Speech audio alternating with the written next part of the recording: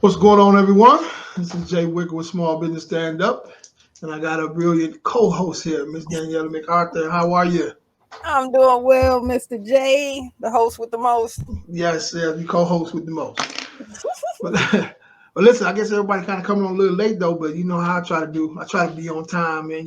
But I know everybody entrepreneurs got a lot going on. But we're gonna jump right into this thing, man. Well, first of all, how was your week so far? How is your week going on so far?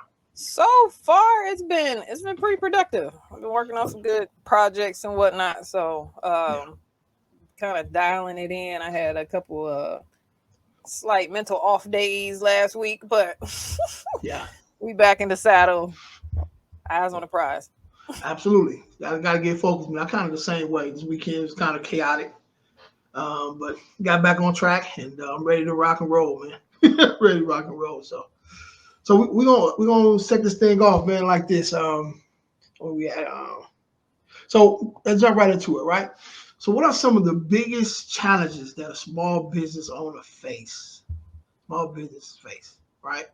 It's a lot of different pitfalls, right? So what are some of the challenges that would you that come to your Look, mind? and I can speak from my since I'm here.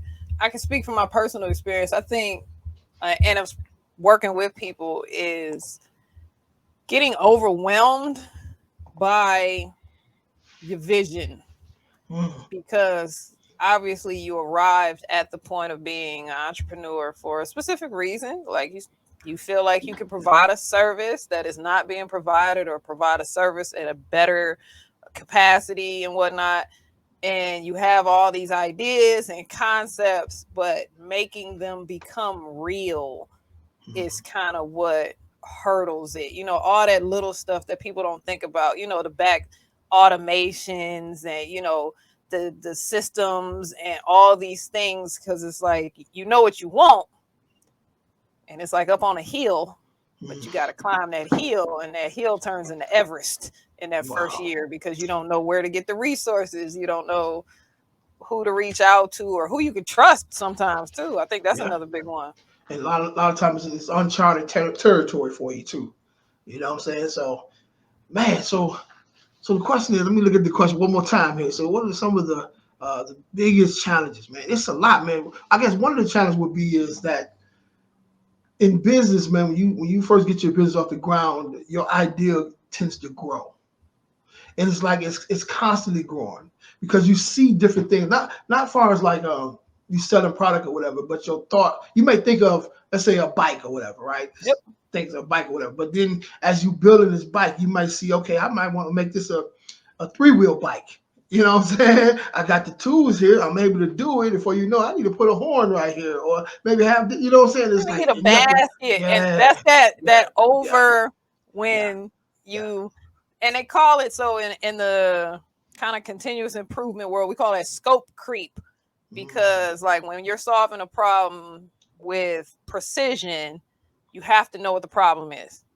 And you'll have all these things that come in that are kind of related, and they will slowly, if you focus on them, they will drive you away from your solution. mm, And that's kind of wow. similar in business, especially like you said, product real estate is perfect example. How many different ways can you do real estate?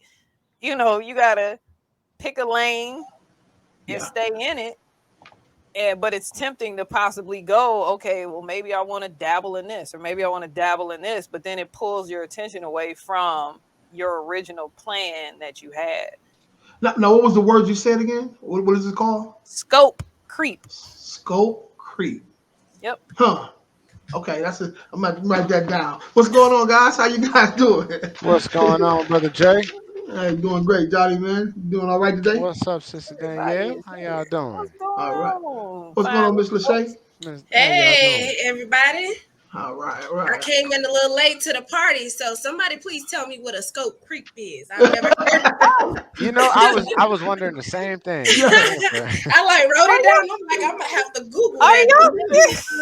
You got my sticky I notes never and heard that everything. before. I was like, Right. yeah. Look, that So, always fascinating because it's like when you live in a world. So I was talking in the world of like project management or when you're root cause analysis, when you are Got trying to it. solve a specific problem.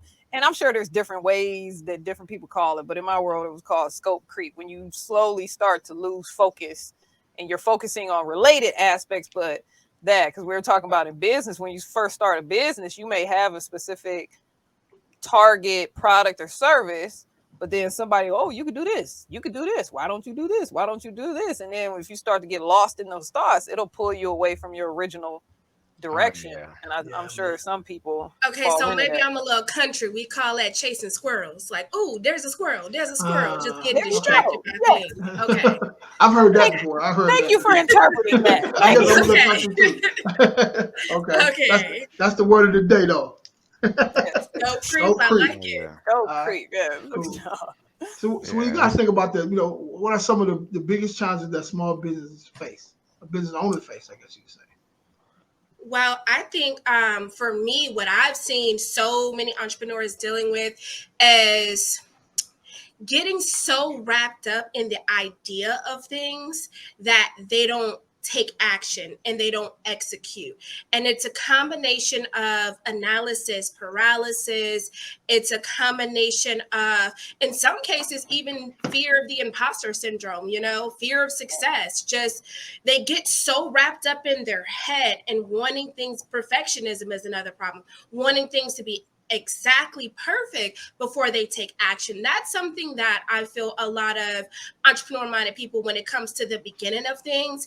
And then conversely, if they're not in that category, then they fall into thinking too big, right? Like they're trying to do a little bit of everything, and they really end up dividing their efforts. They're doing so many different things that they're not giving any one thing an opportunity to be successful. So I always hate to see both of those. And a lot of it just comes from not having core goals, not knowing what your KPIs or your key performance indicators are. You have to, for each new thing that you're trying to do with your business, you need to have key performance indicators. You need to know what things you're going to look at to determine whether or not this venture or this service or whatever it is being successful.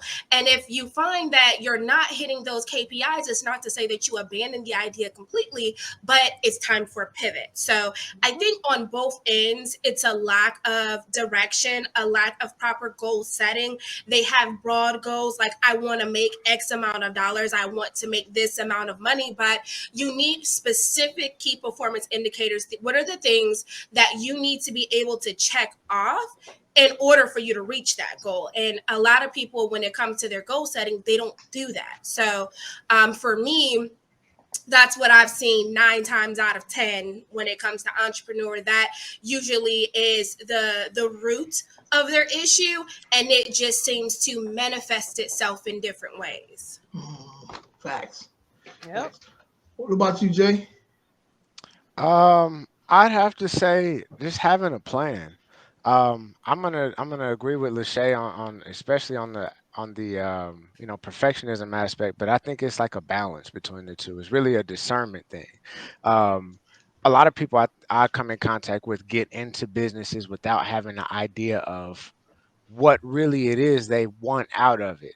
And I'll just give you like an example. I worked with, when I was in the entertainment side of things, I worked with a couple of clothing brands, and it was like, well, where do you see yourself? Do you want a boutique shop? Do you see yourself in that situation? Do you see your brand inside of Macy's? Because when we were talking, a lot of times we get to talking about like business structure. That's one of the key things.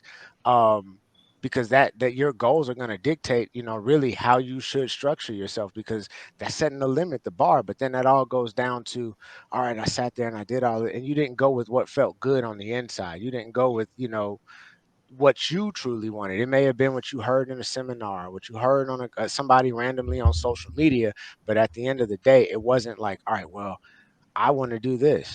This is the life I want to live. Just that the basics, the vision board, right? Like just knowing the basics of what it is that you truly want out of life, and this business is going to fulfill some need. Maybe it's a passion, maybe it's just something that's going to be an income producing activity. But if you don't correctly assess what that is, where it is, how much time you need to devote to it. If it's going to be, yeah, I want to be inside of every major brand and, all across the nation. Well, you're going to have to put in a different type of grind than if you were just going to open up one shop in your hometown. Yeah. So, just really just being decisive and having discernment on, okay, this is what I want. All right, there's are some things that I don't understand, and we're gonna have to figure out along the way, trial and error. But just having that overall goal, idea of what the end goal is gonna look like, or what you want it to look like, and that changes. But Yeah. if you don't start somewhere and then go back and revise it, I think we talked about business plans. I don't know how many times, you know, you got to start somewhere with what you really want, and then you go through a process and then you realize, well, maybe that wasn't what I really wanted. It looked good at that point in time, Yeah. but if you don't have any idea, you won't go, or you won't know where to go. Or so that's And my I wanna piggyback off of that because I actually was in a webinar earlier today that was led by the social media director for Utah State University in collaboration with Rival IQ, and that was kind of like a big part of what they were talking about. Is exactly what he just said. You have to set a strategic plan for how you're going to take action. And a lot of times, a lack of that, you end up coming off as desperate.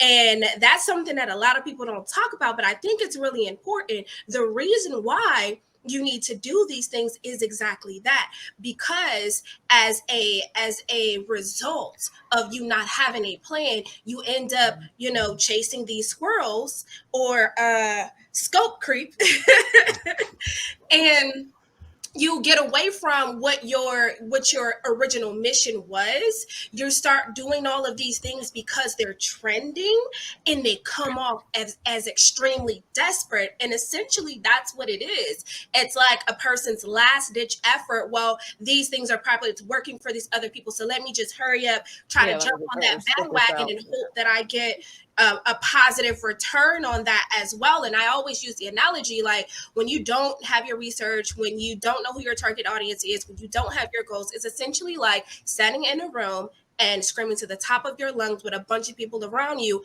hoping that somebody actually hears what you have to say, likes what you have to say, and decides to work with you. But when you translate that into real life, if you were in that room and someone did that, you would find that to be really weird. That's a put off. That's not something that says, hey, come work with me. That says, please block me. So we have to think about that. Go ahead, say it again. No, I said that screams they might be crazy. Exactly. That's the fastest way to get delete, spam, delete. That's not actually marketing. Just because you're active and you're attempting at marketing, if you don't have a sound plan behind it, you're really just, I hate to say it, wasting your time, and you're really giving off bad energy, bad vibes for your business. And that's the last thing that you want to do. And anyone out there who has not gone through those steps, I really hate to tell you guys that, but that's what you're doing. You're wasting your time and you're risking the chance of coming off as desperate. And a lot of people would not like to think of themselves, in that way. But if you take a step back and you actually thought, hey, if I saw someone else doing this, how would it make me feel? What would I think about it? A lot of times people forget to put themselves into the position of the consumer. What does this look like to other people? If you don't like it when someone posts on their Facebook or Instagram page the same image 16 times, exactly why are you doing it? Man, you better tell it. And it's just a matter of, because they take themselves out of that consumer position and they're only thinking about themselves, which is another problem with entrepreneurship, is that we get so excited about our products or our services and we're so passionate that we only want to talk about us. Our thing. And realistically, that's everyone. Everyone wants to hear about themselves. But if you're trying to sell to someone, the best way to reach them is not talking about you. Then you turn into Charlie Brown teacher and all you hear is wow, wow, wow, wow. No one is listening. If you want to reach people, you have to reach them where they're at, reach them on the platforms where they're at. First and foremost, you need to know what platforms you're, and I'm talking about social media because that's, mostly where I work, but you have to reach your audience exactly where they're at, and then you have to communicate to them in the language that they speak. Everybody wants to hear about themselves. What you do is great, but what can it do for me? How can that help me? How does that add to my life? That's how you communicate why a person needs to work with you. And too many times, entrepreneurs, they don't do that. Man, Yeah. big facts. Yeah. What she Absolutely. said. Because I'm in my little bitty world, I've dealt with that same thing, and it's so confusing to me how people so quickly forget about the consumer. And it's like, yes, you're on this side of being a business owner, but at the same time, don't forget about the other side, what it was like to be a consumer, what you like. But you also have to take into consideration, because I know we talk about people that sell products. Okay, if you're selling like jewelry, for example, yes, you may have to sell something that you may not wear, but when it comes to the marketing aspect, talking to people, dealing with people, things of that nature. Yeah. Weird how people forget that. Right. Yeah. And you know what? Going off of that, I want to give an example, right, to help people, to give them a solution to this problem. So if you are selling their product, like Danielle gave the example of jewelry, don't just show photos of your jewelry pieces. What? Be interactive with that. Record yourself or someone else getting ready for a night out, and that jewelry, them putting that on as a part of their night. And maybe their girls are complimenting the piece. There are so many different ways that you can present that item that shows it in real life. That's what appeals to people. No one wants to see that jewelry just on a piece of paper, or with a nice backdrop. Not to say that that's not something that you can't include as a piece, as one singular piece of your overall marketing plan. But the reason why so many companies have been going viral with let's be honest, not even necessarily the best products, right? Like, it's basic items that you can get from overseas, and they probably paid $2 for it, and people are paying $50 for it, right? The reason why these things are going viral is because they're using UGC, user generated content. They're leveraging influencers. They're leveraging their audience and people who have the same target audience as them in order to get the word out there. That is so much more effective than just taking still photos of your images. So I just want to make sure that I shared that as an option, because I feel like a lot of times, people, they know it's not working, but they don't get what else they could do. So, hopefully that helps somebody. Yeah, absolutely. Hey, how you doing, Miss Sheila? I am doing well. How are you guys doing? Hey. All right. You have anything for that question? I don't know.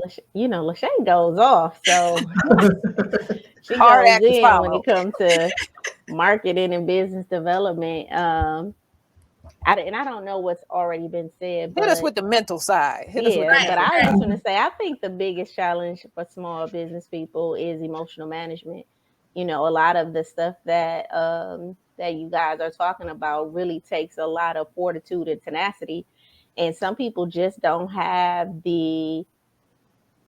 they feel like, once I do this, then I can do that, right? And not really understanding that it's an emotional thing. Like, it's an insecurity in them to really put their face on a product. It's an insecurity for them to really step out and say, hey, LaShay, I need help. Hey, Danielle, give me a call. Hey, Johnny, I want to open up my books to you and show you my money. And I know it ain't, the way it's supposed to be. So many of us feel like we got to present ourselves perfect before we actually go out and ask for help, and not realize that, you're in a business, and businesses, like Danielle said, it's a continuous improvement process, which means that you're always going to be working on something. There's always going to be some bolt that needs tightened, something that needs fixed. And, I think for us, especially as African Americans, we just really have perfectionism issues where we just want things to be perfect before we expose ourselves to individuals to help us. You know what I mean? Like, I want you to come in and help me, but really, I want to make sure that I got it all together before I ask you for that, you know? And that's an emotional management issue. And I think that once we can start talking about those insecurities and really start dealing with and managing our emotions, I think we can excel in our businesses a lot more, you know? Yeah, because I even I want to even piggyback on what you're saying, because there is a real element to that, right?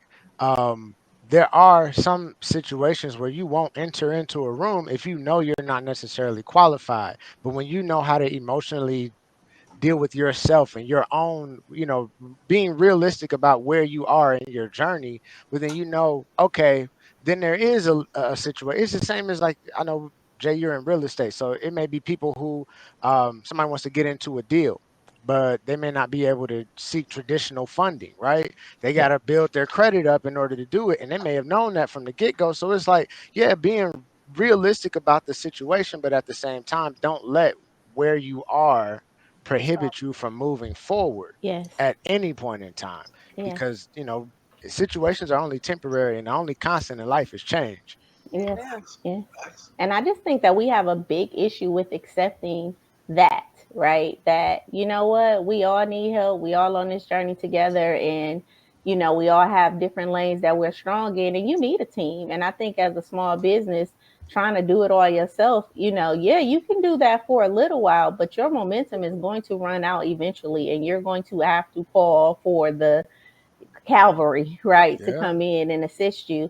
And some of us shut down. Some of us, get stressed out, have mental breakdowns, can't sleep at night, anxiety attacks, taking medicine, depressed, but they really love this product and they feel like they was birthed to, put this thing out there, but they're not, asking for the assistance. So I think that's one of the biggest challenges that small business owners face, is not being willing to ask for help.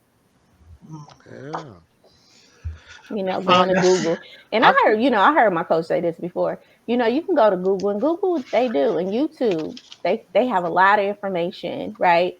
But remember, we understand information from one part of our brain. We actually implement that information from a totally different part. So sometimes just having an accountability partner, like, I want you to hold me accountable to doing 1, 2, 3 things. Now, in 3 weeks, I ain't got that done. I'm gonna need you to tell me to get a coach or talk to a therapist, because if I've held you accountable, if I went and got an accountability partner and said, hey, next week I want to have this done. Then next week I'm like, oh, the kids did something. And then the next week, I'm going to need you to recommend me go see somebody and talk about that, because I'm making excuses, rationalize. I'm rationalizing this situation, but I'm really telling myself rationalize to not do this thing that I know I need to be doing.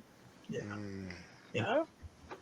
Man, that's a lot of good information, man. I think just on this topic alone, right? What you guys have got to be talking about, we can write like a book about that.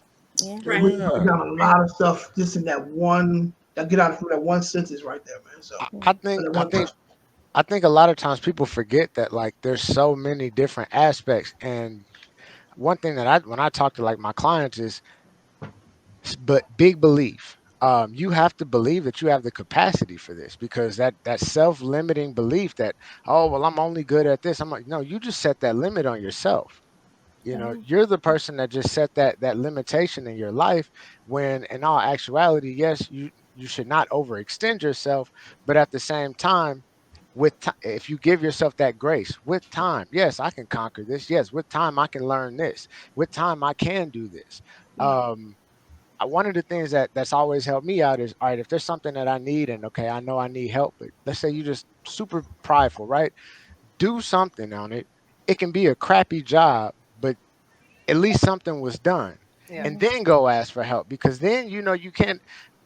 My mom was one of those people where it's like, I couldn't go ask her a question if I didn't try to figure it out myself.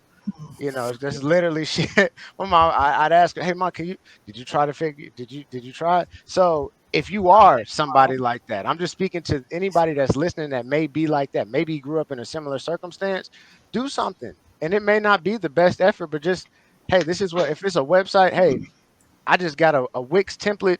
and put it together and changed a couple things. I didn't know exactly what all to do, but hey, this is what I have so far. And then maybe you just watch. You'll feel a lot different when you go speak to somebody about getting some help, because you will have already programmed in your mind, hey, I'm going to take a step forward. So this is nothing but helping what I've already built on myself. So it's just something that's helped me out along my journey. I got to piggyback off of that one, because that's me, but you got to set like guidelines to it, because you Oh, can't yeah. get lost in it. Because like Oh, I got yeah. like a 20-minute rule. If I find something, I'm a YouTube, Google. If I don't think I can do it, pass it on to the next person. like if I think, nope, this isn't. Nope, this looks way too complicated, outside of my scope. All right, But I need sometimes help. that's it. But sometimes that's exactly all it Yes. is literally figuring out what are the parameters of this? What are some of the key words? What is the jargon? What are some phrases and terms that I would need to know, so that way when I do speak to somebody, I don't feel like a complete idiot when I'm asking for questions. So now you're asking, there's no such thing as a dumb question, but there are such things as intelligent questions that show that you did a little bit of research, or you at least tried to help yourself to some degree. And I think that doesn't take a lot of effort, as much effort as a lot of people put on it. It may take 30 minutes. We have computers in our hands and pockets on a regular basis. You can easily swipe. If you got an iPhone, you can swipe to the left or to the right, go to the search widget, and type in a question, whatever it is that just popped in your brain. And that when you go ask for help, now you have some type of frame of reference that you at least did some homework, rather than saying, yeah, I know I need this, I know I need a website or whatever. And then you're going to speak to the designer, and they're like, well, do you have the domain name? What's the domain name? If you'd have just looked up, what do I need to have in order to have a website online, just a simple Google search, the first thing that would have came up is, I know I need a domain name. Now I know I need one. Where should I go buy one? That sounds different from that first question of, yeah, I need a website.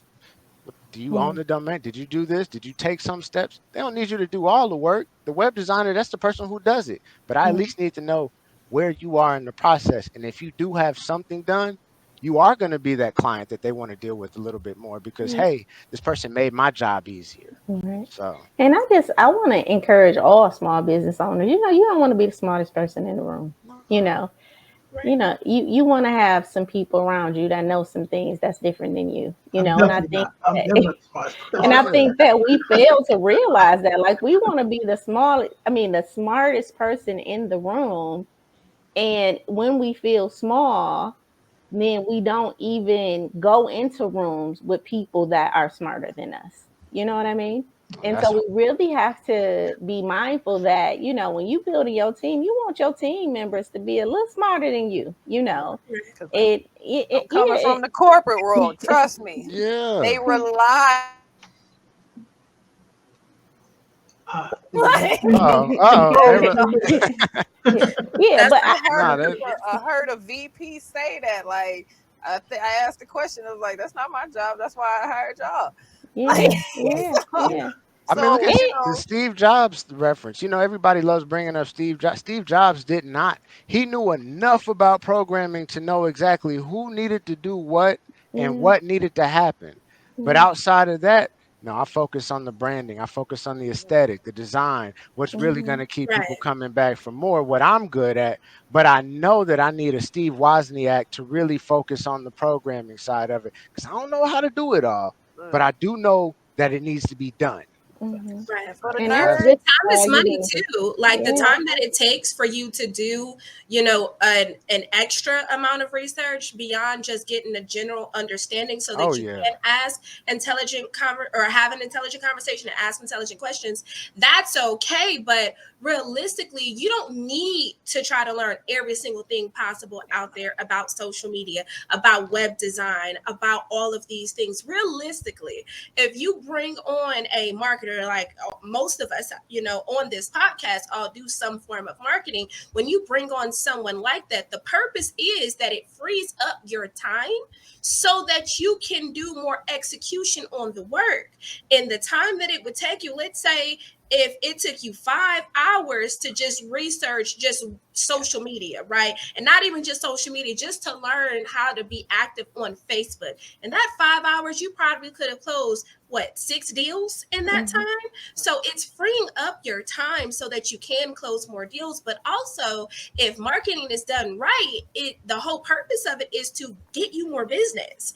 I mean, we do this all the time. It's our job to stay up to date on the latest trends, on what's working, to constantly be doing research so that we can make sure we're positioning our clients in the best light possible.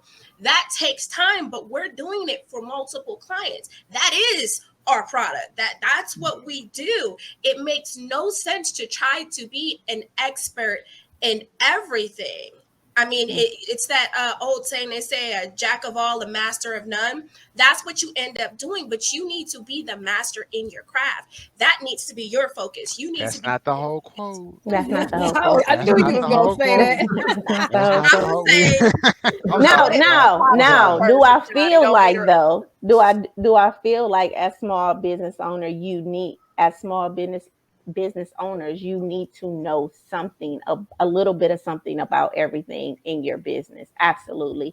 I remember I hired a team and I was just like, I'm just gonna stay in my just, and stuff was coming to me.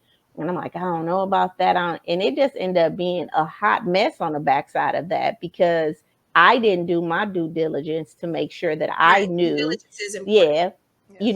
these areas, and at least knew what was coming across my desk. What was that about? And what was this about? So I do feel like as small business owners, we have to, do our due diligence and know and do the work and get a coach and, go through your whole little organizational chart and who's going to be responsible for what and what that looks like. As the leader of your team, you need to know those specs as you start to grow, but you just need to know a little bit about it, like a out sketch about it, and then trust that individual to do what you hired them to do. And that's another thing in our culture. We just don't, we need to really work on trust. We just really have an issue with trusting people, with fidelity, with, delegating responsibilities off. We want people to be cookie cutters of us.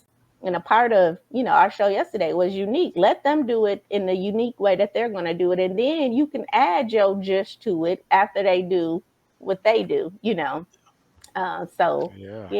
you skipped the whole set. You said a team. Now that's bring on a team. That's a whole different phase for people that may have never either worked in a productive and efficient team. Understanding team dynamics, and like you said, playing to everybody's strengths and stuff. That's another range that you have to learn. Is playing your position, knowing your strengths, knowing your weaknesses, finding the strengths and weaknesses in others and acknowledging them. And understanding who's qualified to work on your team, because I think that's a big thing where it's like you just getting your cousin because your cousin available, but your cousin don't know how to do the job. But I think you speak to a point, and that's educating, right? I work with a lot of people who I'm like, okay, so just say you talked about jewelry. Okay, so what's the latest trends in jewelry? Like, what is gold in, is silver in, is bulky in? Like, oh, I don't really, keep up with that because I don't want it to affect my creative ability. How are you in a field and you're not keeping up with the things that's going on in that field or in that industry? So even being willing to educate ourselves about our industry and what's going on in our industry, and not so much the faddish part of it, but we need to know that, but truly educating ourselves on our product, our services, our deliverables, and and making sure that we are staying abreast of what's going on in our industries. And I think a lot of us just don't want to educate ourselves on certain, things that are going on. And I think that is causing so much of an issue with our businesses. It's like, did you read the pamphlet? Did you just watch a YouTube video? Do you take time out to read books about this industry and what you're doing? Like, where are you getting your education? I ain't talking about formal education. I'm just saying learning about this industry, because how are you going to expand? Jump in, Johnny. It just goes back to, heavy is the head that wears the crown. And that's why I often tell people, before you jump into this boat called entrepreneurship, really understand the weight that comes along with it. So I'm going to just give in my realm of what I deal with, numbers, right? I don't tell people that, all right, you need to be a bookkeeper, you need to be an accountant. But if you run a business, you need to know whether or not you're profitable or not. You need to know and have a basic. I can't tell you how many people I come in contact with, and, like, yeah, I want help on my tax bill. Well, how much did you gross? How much did you net? What do you mean? Well, these are just simple things that you need to understand as a business owner if you're really going to get out here and tell people, Right. yeah, support my business, support my business. Do you support your business? Right. Do you take the and that's why no, you don't have to be an expert. You don't need to go put the 10,000 hours in every facet of your business, but you do have to, that Saturday, rather than going out and kicking it or whatever, that time needs to be spent doing a management seminar or something, or a course, or reading a book if you're going to have employees, because you need to understand how to manage your employees, how, like we were just saying, how to foster teamwork amongst a group of individuals that have different backgrounds. This is something that if you're going to jump into this boat and you're going to have to deal with these people, you need to educate yourself on that. So If true. you're going to have to pay taxes, guess what? The IRS has a whole situation of a video library made for small business owners. But rather than somebody sit down and just do the work, that Mamba mentality, do the work. If Yeah. you want to be successful, being an entrepreneur don't mean, yeah, y'all gonna see me out in the club, and what, half of the stuff that you see on social media, like these people, this may be tied into something we did in real life, but for the most part, like, the people that are really getting it are really getting it. Yeah. And you need to be understanding, like, yeah, man, I'm not out here reading so people can see that I'm reading or whatever the case is. No, this just so happens to be a book that I was getting some real value from, and it was a value proposition to share it. It was some content, but do There's a the book that I work. think will really help people with that. It's called Traction: Get a Grip on Your Business by Okay. Jeamain Wicker.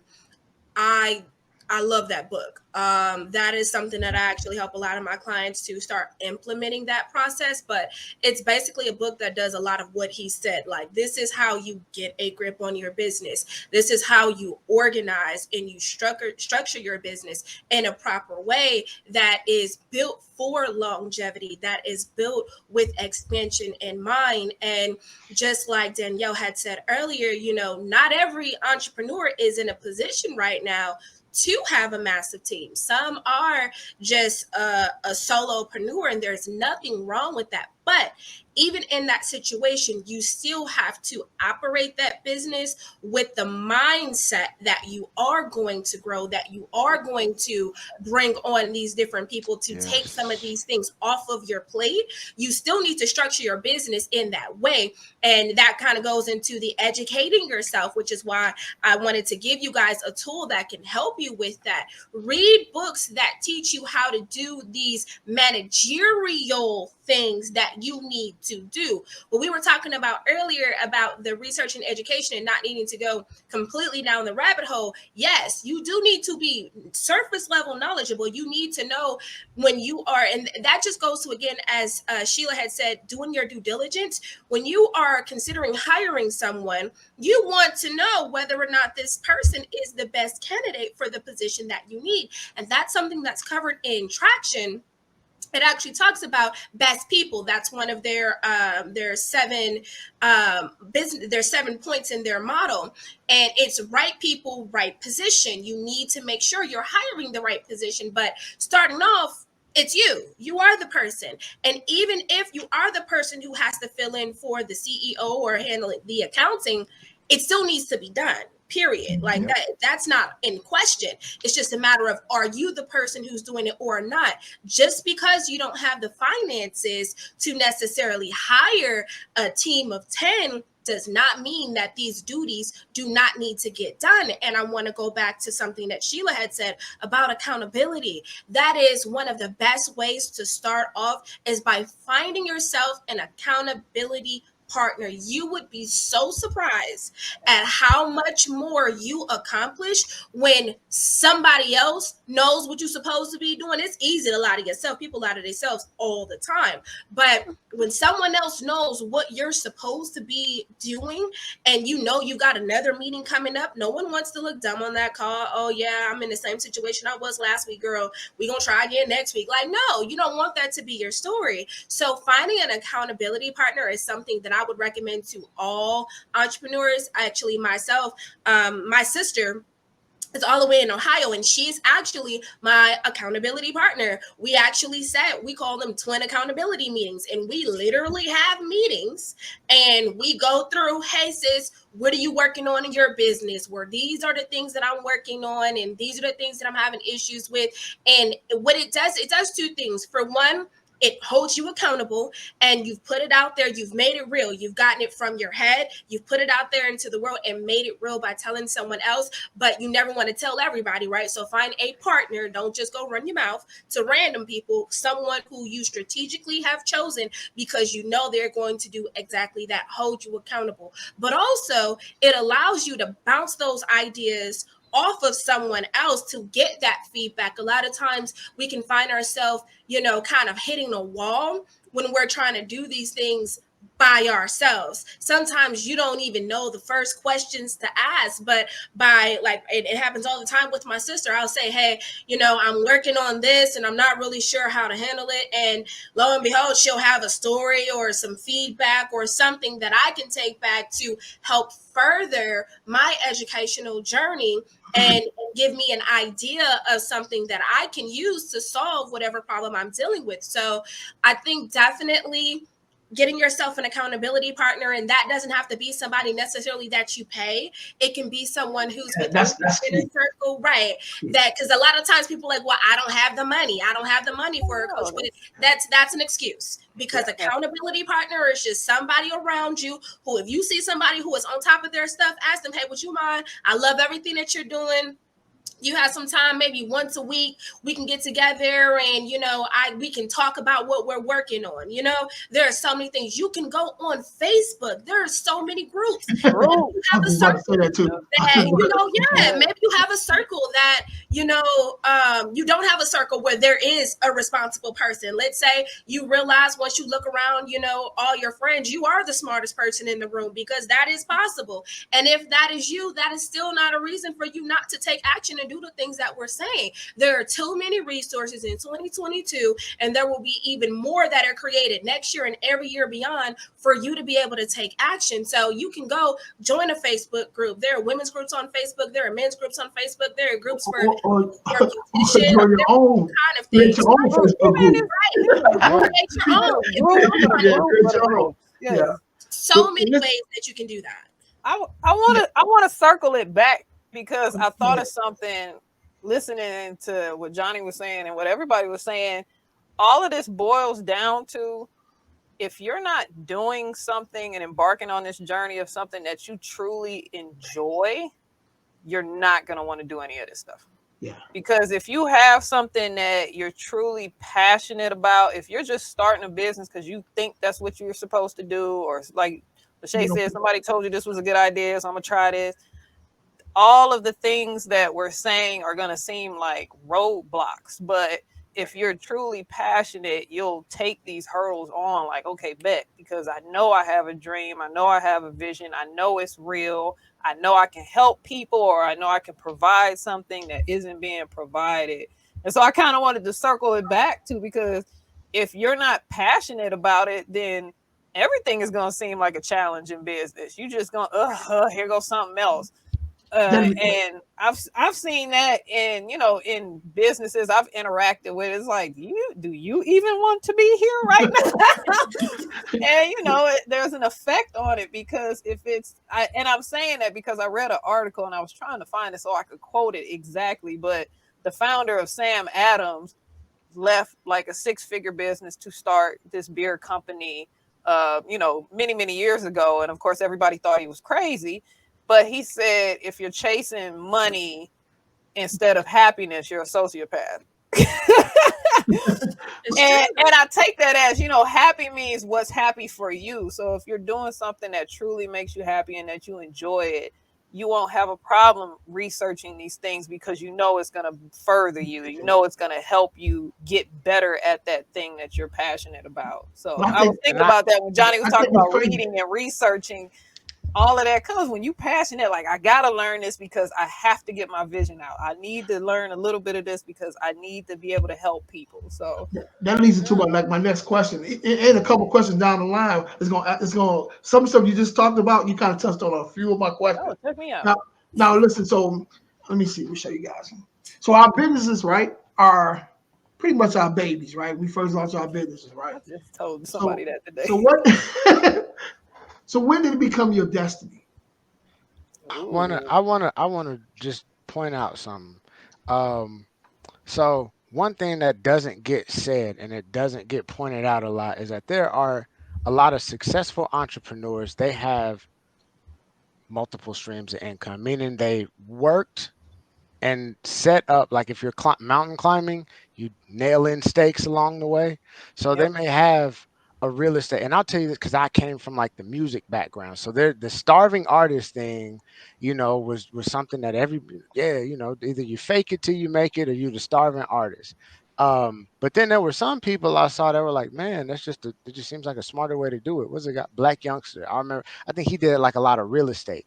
I didn't even listen to his music, but I remember like watching the interview and it was like, yeah, I didn't enter into this industry until I had this already set up.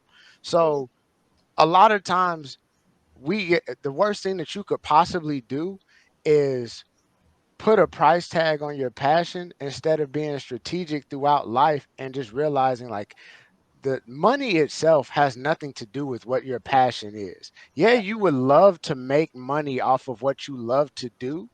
But at the end of the day, there are situations where people have their bills being paid by something they don't even, it's just a passive thing. They took a loan out and got an SBA loan and own a couple franchises that they're absentee owners of, but then that brings in a lot of income that then they can spend the time to focus on what it is they're truly excited about. And that's one, because very rarely are you going to find a situation where you're and I'm going to say rarely, and a lot of times it's hard for you to make that come up off of this thing that's your passion. Especially like I said, I did music. So when I had to put a price tag on my music, the creativity would become lacking because now I'm thinking about my consumer, right? And there was I think it was Jimi Hendrix quote where he was talking about, the worst thing that could happen for an artist is they get praise. So what a conundrum for somebody who has a creative, passion, right? Your creativity is built off of something internal, an intrinsic value. But when you have to put a price tag on it, it becomes a conflict of interest. So I always say it behooves you. Talk to this brother Jay.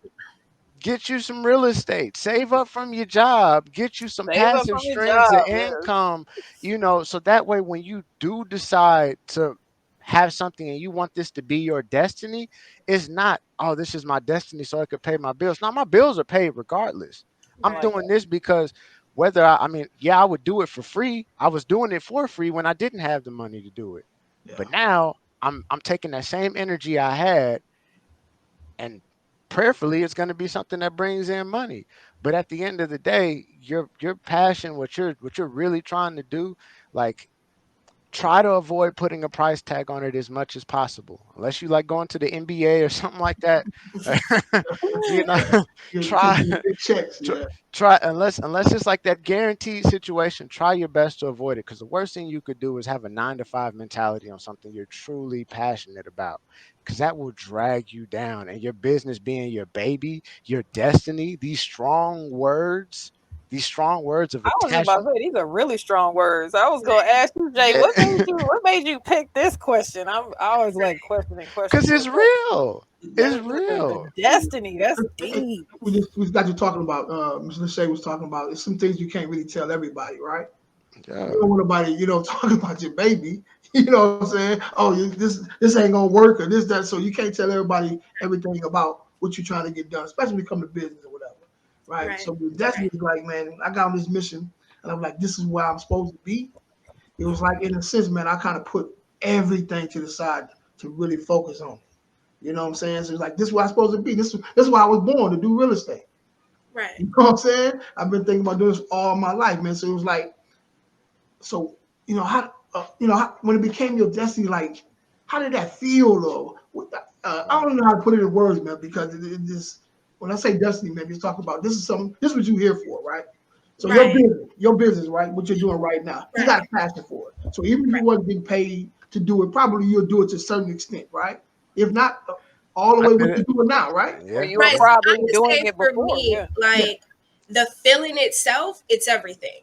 But it's more so because it's hard to say or to know, like, I'm doing my destiny, right? Like, I feel like that's a difficult thing to say, but it's more so knowing that I am using my God-given gifts to the best of my ability. And that feeling is everything. And I'm actually financially rewarded for doing those things well. Like, that's a very rewarding feeling. But if you're using those gifts, isn't that your destiny, right? Exactly. So that's why I say, like, because sometimes people think destiny, like, wow, like they said, that's a big word, right? Yeah, Like, that's a big one. that's like, dang. But I get what you're saying, though, because, like, for me, when I was working a 9 to 5, I felt, like I was using my gifts and it was really great. But there was something about the freedom that came along with doing it as an entrepreneur. I'm still using my gift, but that combination of freedom and control did make me feel like I am kind of living my destiny. Like, I never felt like my destiny was to work a 9 to 5. My destiny wasn't to make somebody else rich. That was never, my goal or my plan. But I think to kind of bring it all together, what everyone is saying, I think that as an entrepreneur, to a certain extent, you have to be of two minds. You have to understand that running a business and having a passion are two different things.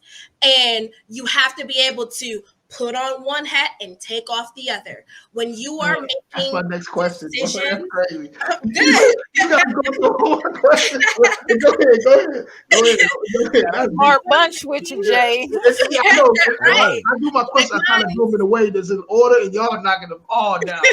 Go ahead. I mean, because they're all related, right? Yeah. Like, you can't have one without the other. So it just shows you did a really great job with, thinking of these questions and making those connections. You can't have a passion and then try to make it a business, but you're only focused on it being a passion. You're not going to make any money. And to some people, that may be the whole point.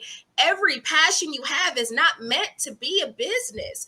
I love art and crafts. I don't love it enough to make it a job. I really don't. I'm going to be honest about that. That's something that I'm going to do when I need to rest my mind and I have some downtime, and that's what it's for. So I want to make that key distinction that just because it is your passion doesn't mean that that's your destiny to make that into your full-time job, Yep. I think you want to make that very clear. But when I say you have to be able to wear those two hats, you have to be able to make data-driven decisions on what makes the most sense from a business perspective for what it is that you're doing. The purpose of a business is to make money. That's the purpose. It's to pay the bills. Like, at the end of the day, we all have bills. We all have to eat. We all need to get from point A to point B, and usually you can't do that for free. So the purpose of a business is to make money, and you need to be of that mind and find opportunities in the market. And that's why I think it's more important to cater to your strengths, but also know what your weaknesses are. Because let's say if the financing side is not really your strong suit, then you need to consult with someone else or bring someone else in to accommodate that. And that's making sound business decisions based off of your strengths and your weaknesses. But if your passion is the business, you need to also be able to take that hat off and put your whole heart behind and into the creation of whatever product or service that you are doing. You need to be able to, have set aside some time literally on your calendar for creativity, to write down ideas, to revisit some of your old Important. ideas. You need Important to to do that. actively, do these things, and not just when you find time. Make time. If your passion is a part of it, you need to, because you don't want to lose the passion behind it. And I find that it's very difficult to, like, for me, I actually really like doing, graphic design and websites and creating content for clients, but because that is a part of my passion, sometimes I get a little too much into it and I have to, pull myself back. Hey, it's not a good business decision for me to spend 16 hours on this because I'm actually only paid for 5. So I have to set aside the right amount of time that I need to, and then give it my full creativity during that time, So just being scheduled really helps. And I know it sounds weird to say put these things on your schedule, but it really actually helps. At least for me, it helps.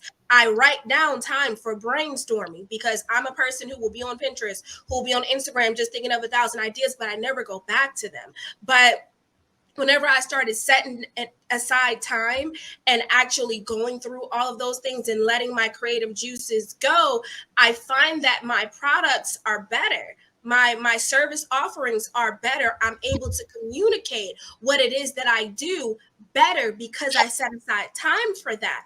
When I want to learn a new skill, I set aside time for that. But no one understands that you're running a business and it needs to make money. So you also have to set aside time for that. And I always hate when I see people who just focus solely on one or the other. They are so focused on the business that they're giving complete crap, or they're so focused on the creative aspect that they end up going out of business because they never spent time on things like marketing, because they didn't take the time to know their financing of their business. So they didn't know if they were making money or breaking even or losing money. And now they're in debt and they have no idea how they got there. So, have both of those hats, but dedicate time to both. And understand that you're gonna have to take if what you're doing is your passion, at some point in time the compromise is gonna involve you taking your ego out of the situation, because there's very likely that a data-driven point, a key performance indicator, could go completely against whatever your creative morals are.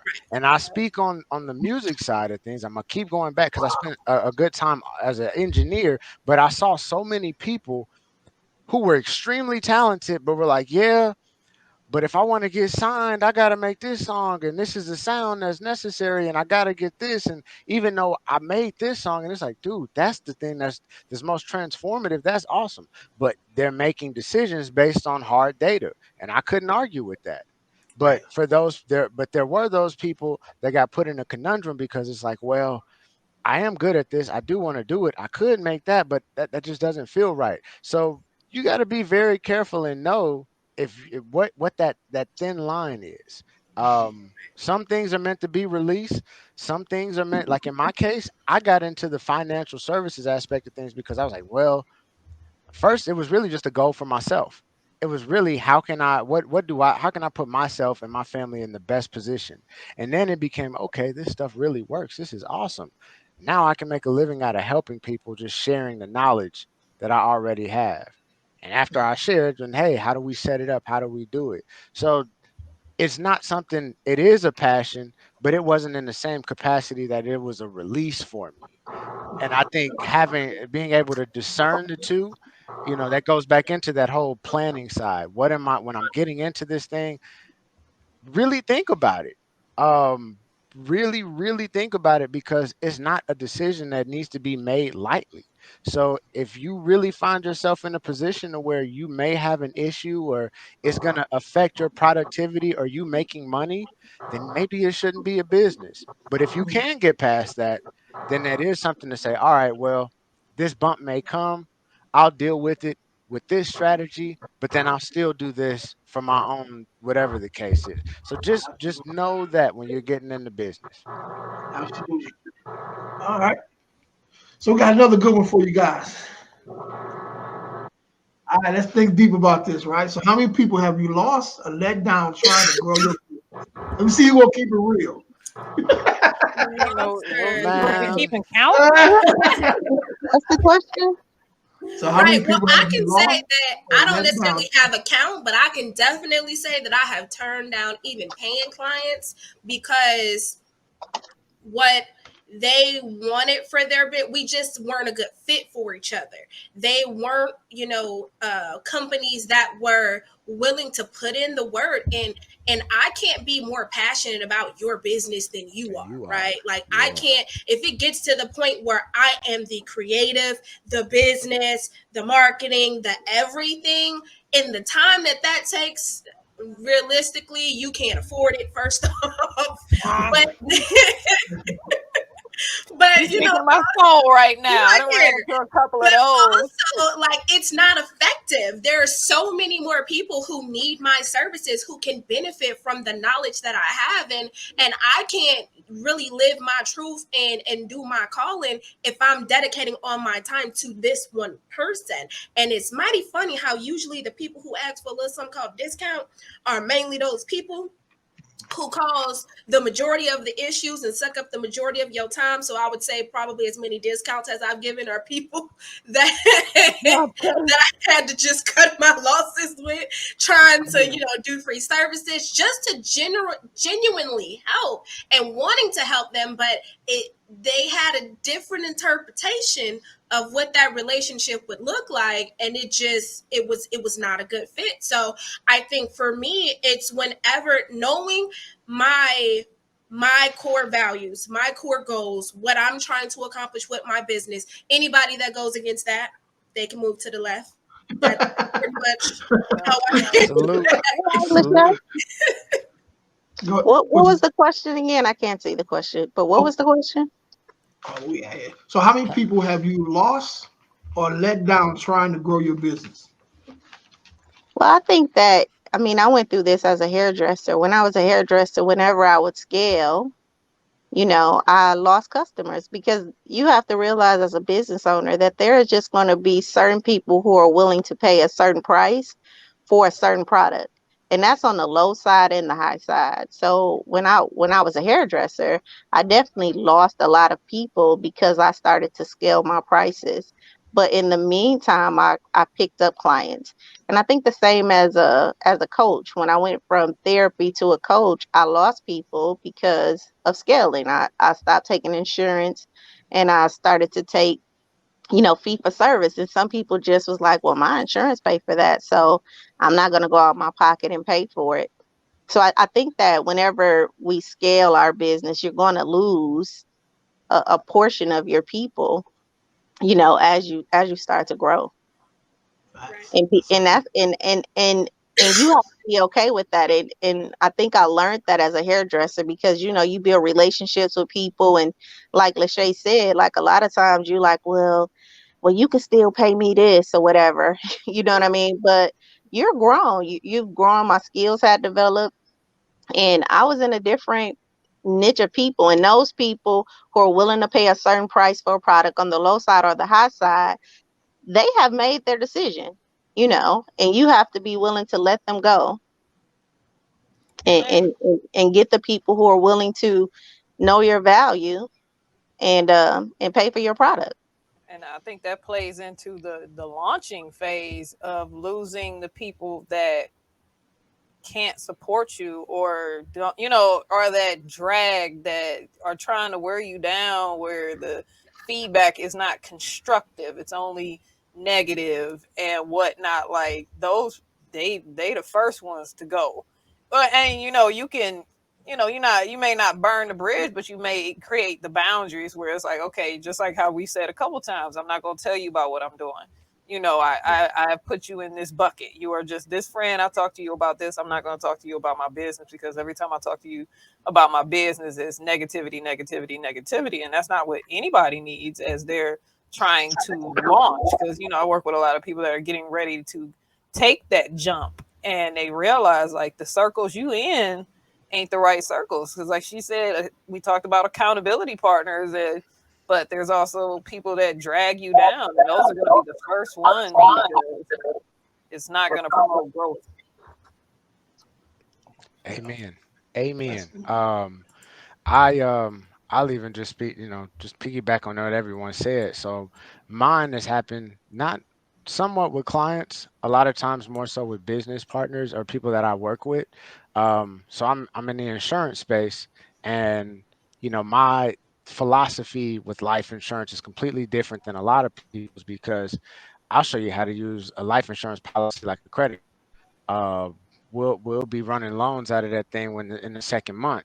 Not necessarily a situation where a lot of people that I've worked with are big on, oh, let's get term. And these are just specific instances where it's like, man, you're not doing your client a service because you're not willing to do the due diligence to learn how this works. Because this is a very like knowledge related. So you have to understand how these products work in order to provide exceptional value to your clients.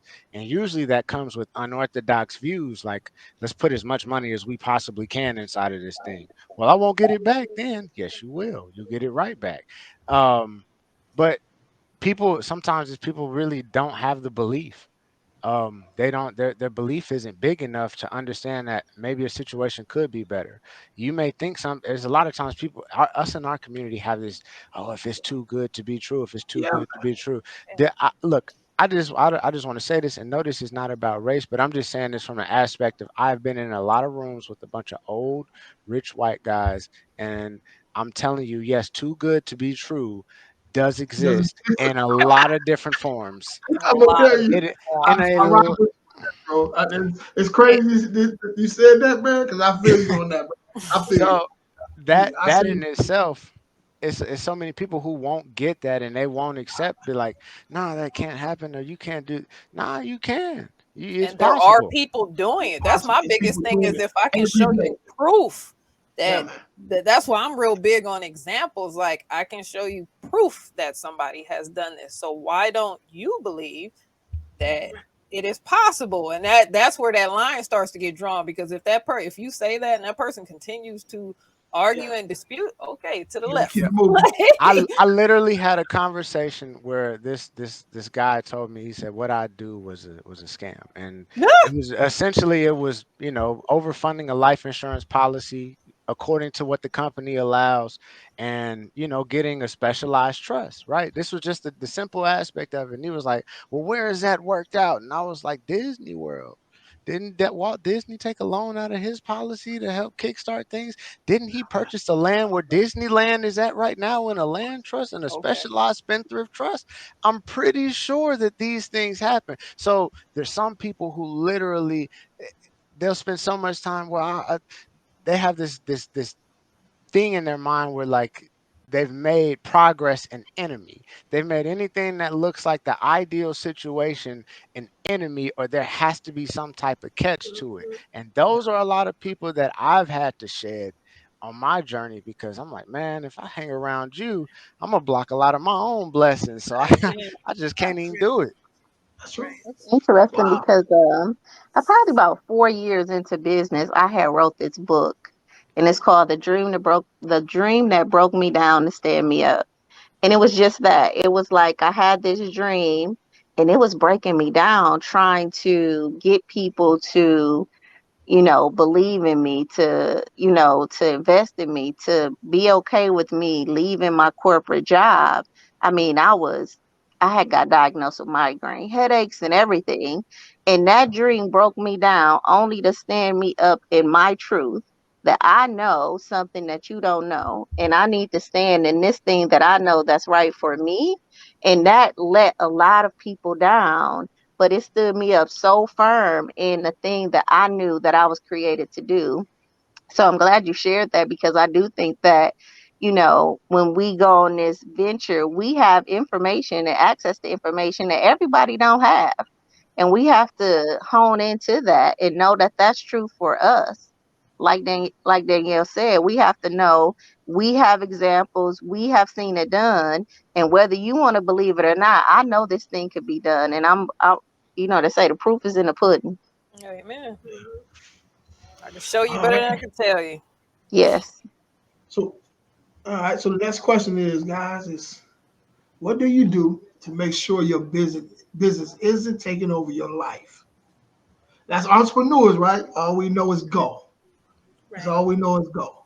So I how do think you for you me, stop? it's what you said, what I said earlier about setting boundaries and scheduling. That's what helps me. I set time for everything that I need to do in life, and that way I'm not robbing my personal life or my business life. And there's something that I started earlier in the year that I found most effective. It's the 6-hour day, which is a concept where instead of looking at a day as 24 hours, you look at a day as 6 hours. So you essentially have 4 days in one. So I would schedule a work day, and I'm working from 6 to 12 and I'm doing nothing but work for clients. Then from 12 to 6, I'm working on my personal business stuff. And then I'm done at 6, and the whole rest of the day is for just me to enjoy life and do whatever. And, granted, I'm working more than just a set 9 to 5, but the amount of productivity and knowing what my personal goals are, which is something that I want to make clear too. Don't let anybody else determine what your projections are, in the sense that you let them stifle you, because a lot of times I would get feedback like, oh, you're already doing enough, like you don't really need to do anything else, you're already doing so much, why would you start that other business, why would you take on another venture? But I know me, and I know what I can do, and I know what my goals are. So, don't let that kind of feedback get into your head. I have my real estate license. I haven't done anything with it. So I'm going to cram what would normally take a year in 6 months when it comes to my business, get it running on autopilot so I can move on to the next thing. So I personally am willing to put that 6 hours, because realistically, I'm only putting 6 hours into the growth of my business, and I've spent 6 hours dedicated to client work. And I still have an additional 6 hours that I can spend with family if I want to go out to movies, and I don't feel guilty. When I schedule that way, I know there's a time and a place for everything. So for me, it was like a transformative mindset, because before that, I used to, if I went out with a friend, I would be stressed because I'm like, crap, I got this deadline and I got to do this and I didn't do that. But by having that type of a schedule, I'm free. When I'm out with my friends, I'm out with my friends. If I'm out with my family, I'm out with my family, and there is no work. I'm not thinking about work. I'm not touching work. I'm not anything. Why? Because I know tomorrow, I'm not a doctor, right? No one's literally going to die because I didn't answer an email. So tomorrow is a day, and I can get those things done. So for me, that's what I do to create those boundaries.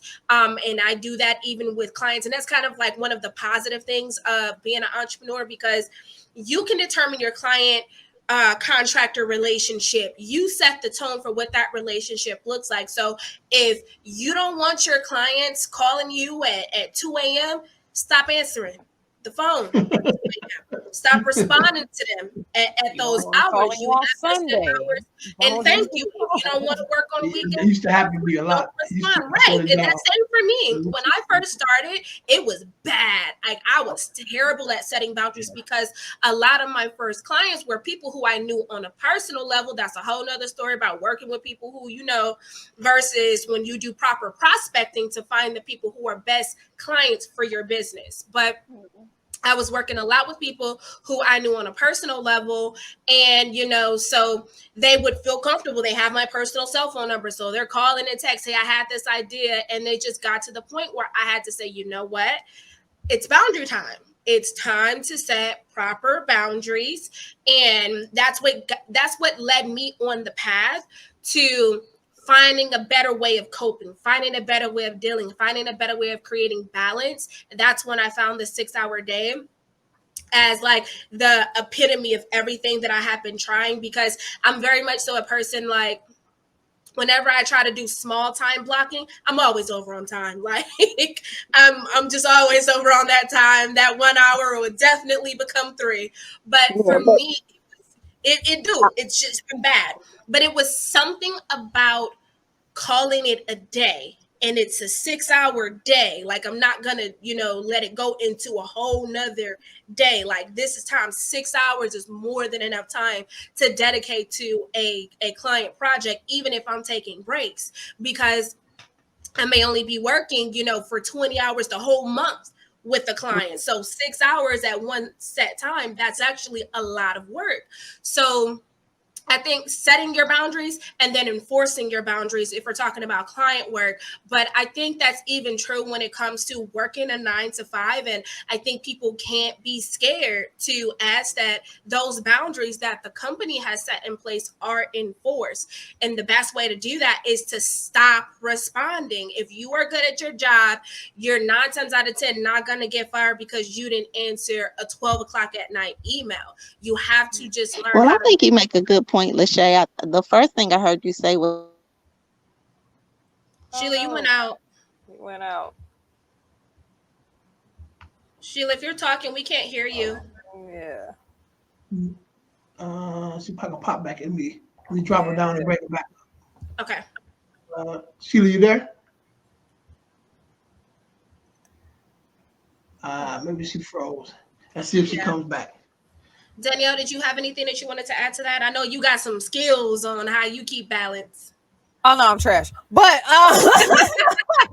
no, I'm finding my way. I love that 6 hour, but no, the planning. It's exactly what you said. I'm not as tight as I probably need to be. I'm still growing, and I admit that. But I know I do block time because I think I talked to Jay about it. Like I like doing my yard work.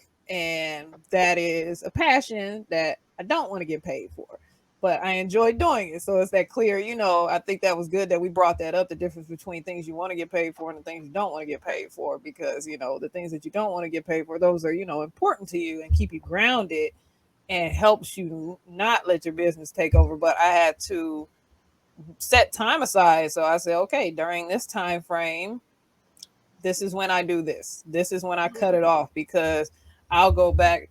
I pride myself as being the example of a corporate indentured servant. Yeah, they don't. You have to. I love that you said that, LaShay, because you have to establish boundaries. That's part of what drove me away from the corporate world. Once I became a manager, and they act like they can't do nothing without you. So I'm getting calls 2 a.m, 1 a.m, Saturday, Sunday. What took me over the edge was conference meetings on a Sunday. Like, ain't nothing. Right. I'm not a doctor. I was not a doctor. Right. Nobody's going to die. Like, why do you have 5-6 people on a phone on Sunday? So I think it's very important. It's exactly what you said. Setting those boundaries in your life, because the beauty of it is exactly what you said. You make the schedule. Yeah, man. If you're working from 9 to 5, if you're doing client stuff from 8 p.m. to midnight, that's on you. Depending on the business that you have, if you have an e-commerce business or something like that, you create your product in the middle of the night. You may work from 1 a.m. to 5 a.m. doing stuff. If you're a writer or something like that, you can make your own schedule. But I think at the end of the day, it all comes down to the word schedule. You have to schedule it. Yeah. Whether when you do that type of time blocking, you're more productive during the time that you set aside. Like if you say that I forget what the theory it's called, but there's a theory that basically you will fill however much time you allowed it. So if you say, I'm going to work on this client proposal and I need to have it done by 3 o'clock, but it's 9 o'clock, it's going to take you from 9 to 3 to get that done. If you say, I need to finish this client proposal, I've got 2 hours, magically you will get it done in those 2 hours, whatever time that you allow, which is why it's better to block off smaller bite-sized portions of time than just have, and I think that's kind of what it did for me, instead of having a to-do list, because my to-do list is never ending, which I'm really addicted to it. I still have one. I've got like a to-do list that started off as like 10 items. At this point, it's probably like 102. But I take that. I take that because that's my brain dump, essentially. Yes. And I'll take that and I take out, okay, so out of this list, what are the top like 5 things that really need to be done? 3 for clients, 2 for me. And then I block off time for each individual task. Magically, I get it done. Whenever I just have a list and I say, okay, today I'm just going to work from 9 to 5 and I'm just going to work on this stuff, I feel overwhelmed.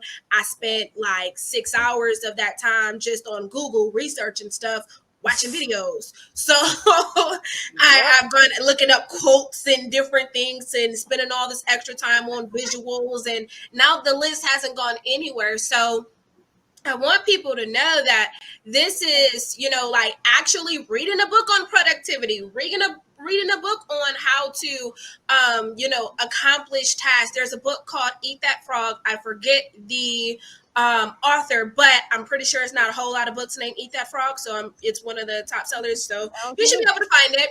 And that's one of those books that really helps with, being more productive. It talks about doing the most difficult tasks, doing the most, whatever will move the needle furthest for you mentally. We usually see that as the most daunting, the most difficult, and the thing we put off the most. But by doing that, you're stunning your growth. Instead, we do a lot of like feel good tasks that we can get done in a couple of minutes. We're going to answer a couple of emails. We're going to send a couple of texts. We're going to work on a singular post. But what you really need to do is call that high potential prospect that you met at the networking event yesterday. That's what you really needed to do. So looking at your to-do list and prioritizing the things that will move the needle furthest for you, tackling that first will progress your business along so much faster and give you more time to spend on your personal life and with your friends and family. Because a lot of times we think small and we're focused on getting a bunch of little clients. But if you can take down a couple of big clients, and then, there's no rule that says you have to work a 40-hour work week. There's no rule that says that in order for you to make a lot of money. There is a rule that says you have to be efficient and strategic. It's called the LaShay rule now because I don't know any other name for it. Branded trademark coming soon. But you just have to be efficient with your time, period. That's it. Just be efficient, be effective, use your time, use your resources, because sometimes people will, to get themselves more time, they'll hire or outsource to other people, but then they micromanage. Well, what's the point of hiring somebody if you go micromanage? Just had that conversation today. It's a problem. Yeah. It really is a problem. So, if you do hire a team and you bring on people, let them do their job. Let them do their job. And you train them properly first. Right. That was part of my conversation. Don't set them up for failure and then get mad and then micromanage. You definitely have to train. Yes. Train and or make sure you're working with professionals, which is something that we talked about earlier, and doing your due diligence when you hire someone, because that comes up a lot with like social media marketers. People would just hire somebody because they said algorithm. And clearly that means you know what you're talking about. If you know what an algorithm is, clearly you know how to manage my campaign. I need you to put that on a shirt. Let's say. I want to speaking of like algorithms or like systems. That's really one of the biggest things I really would want to like bring into this is like there's certain things that like tasks that are repeatedly done. Mm-hmm. Record yourself doing these tasks. Right. If you write them down in a sequential step-by-step basis. So now if you do need to bring someone else to do it, you already have written down your procedure, your procedure, how you like things to be done in detail if you like to have that. Right. But you have it put down in a place to where now when I want to bring someone on, the communication barrier is not, I got to take this idea that's clouded around in my head and now I have to figure out how to no, you already did. You translated the core aspect of it, the meat and potatoes. This is the task that need to be done. This is first we start with this, second we go with this, third with this, maybe some side steps in that third step. But even if they lose it, right? Let's say the information that you tell them, they may I forgot what you said, but now they can look at the video again. Google Documents. There's a video, but we can share documentation. If you delete it and accidentally somehow, we can send it again. That's true.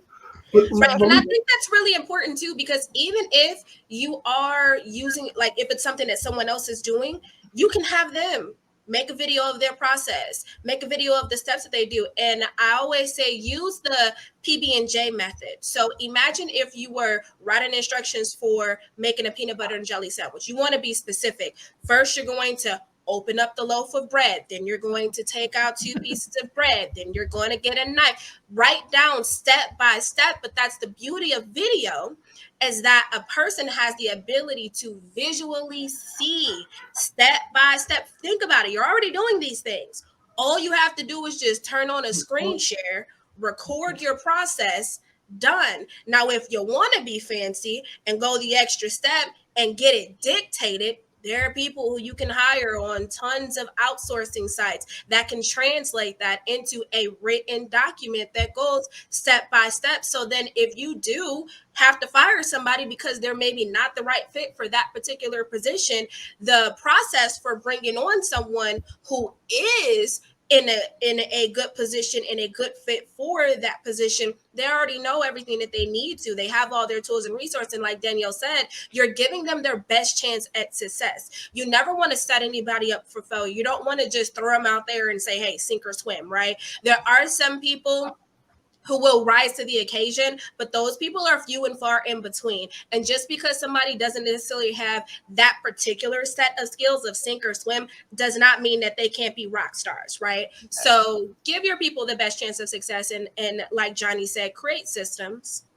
Yes, because again, from the corporate world, because I had to chime in because that was literally my career, was managing procedures. That is what, because I always like to bring that back, because yes, we're talking to small businesses, but I would assume and I would hope that one day you want to be a big business. So I like to provide some of the insight. I don't know what you guys have background, but Lord knows I spent way too long in that side.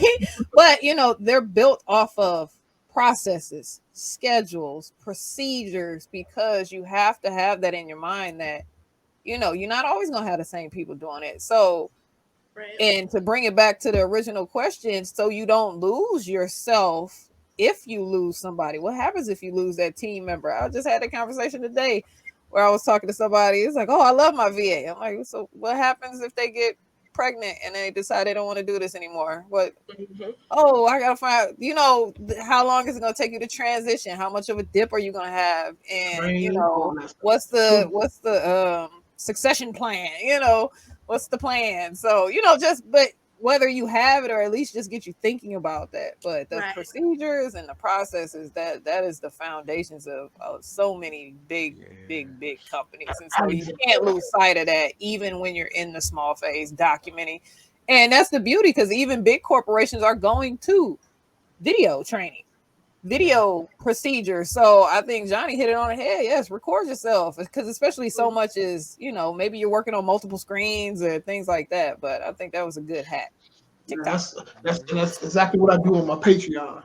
So a lot of stuff I do as far as the real estate is concerned. So my Patreon account, and it's basically sharing the screen. This is what I'm doing. This is how I'm doing it. This is what you should do. Step all the way through the whole process. It makes a lot of sense though. So if let's say I just say I want my system to do this. Here's the video. Just do this. You got any questions? Give me a call. Look at the video. So then you can package and sell that, because I know people that actually sell those things. That's next level. That's next level. You said it didn't? Is that what you said? No, I'm saying there are people that sell those systems and those processes and those procedures that help you get started. They said something about something about indenting or something like that. Like you got a whole system you try to put together and you want somebody to type it up or whatever. I'm saying what? You talking about dictation? Like when you talk about yeah. But now, so talking about using technology, now they even have AI technology that can actually take the video. You just upload the video into the system. It will pull out all of the words using that video. Then you just have to go through and read, edit, and make, and verify. Exactly. Read. Just go through and read and make sure everything makes sense. And I'll take it a step further. There is now even programs that will tie that to the video, and when you take out certain words, it can actually remove it from the video too, cutting down your editing time. So I think the point of that is just utilizing technology, like systems, but also technology. There's so many new things that are being created.